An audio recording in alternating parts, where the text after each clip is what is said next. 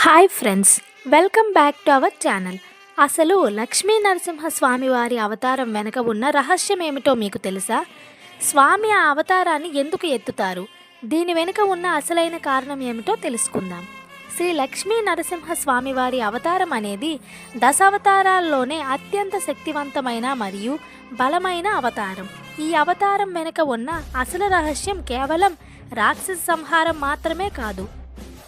హిరణ్యకశ్యపుడు బ్రహ్మ నుంచి పొందిన వరాలు ప్రకారం అతనికి మనుషుల వల్ల కానీ జంతువుల వల్ల కానీ పగలు కానీ రాత్రి కానీ నేల మీద కానీ ఆకాశంలో కానీ నీటిలో కానీ అస్త్రాలతో కానీ శస్త్రాలతో కానీ ఎటువంటి భౌతిక ఆయుధాలతో కానీ ఇంట్లో కానీ బయట కానీ నాకు మరణం సంభవించకూడదు అనే వరాన్ని పొందుతాడు. ఈ క్లిష్టమైన షరతులన్నింటినీ స్వామివారు కూడా తుచి తప్పకుండా పాటిస్తూనే అతన్ని సంహరించడానికి విష్ణుమూర్తి ఎంచుకున్న అద్భుతమైన మార్గమే నరసింహస్వామి రూపం. స్వామివారు కూడా మనిషిగా కాకుండా జంతువుగా కాకుండా నరసింహ అవతారం అంటే సగం మనిషి సగం సింహం రూపం ఎత్తుతారు. పగలు కానీ రాత్రి కానీ సంధ్యా సమయాన్ని ఎంచుకున్నారు. ఇంటి లోపల బయట కానీ గడప పైన కూర్చున్నారు.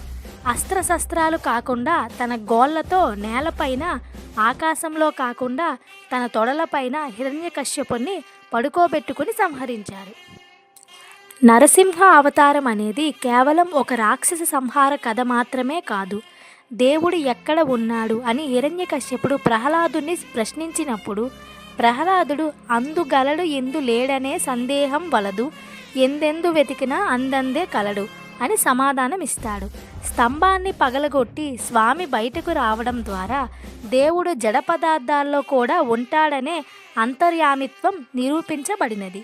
స్వామివారి యొక్క ఉగ్రరూపం భయాన్ని కలిగిస్తే లక్ష్మీదేవితో కూడిన రూపం అనుగ్రహాన్ని కలిగిస్తుంది. బలం ఎంత ఉన్నా అది ధర్మం మరియు కరుణతో కూడినప్పుడే లోకానికి క్షేమం అని చెప్పడమే ఈ లక్ష్మీ నరసింహ తత్వంలోని అంతరార్థం. భక్తుడు చెప్పిన మాటను నిజం చేయడం కోసం భగవంతుడు అసాధ్యమైన రూపాన్ని కూడా ధరిస్తాడు. తన భక్తుడి మాట నిలబెట్టడమే దేవుడికి ప్రాధాన్యత. హిరణ్యకశ్యపుని సంహరించే సమయంలో స్వామి అత్యంత ఉగ్రహంగా ఉంటారు. ఆ ఉగ్రజ్వలాలను లోకాలు తట్టుకోలేవు.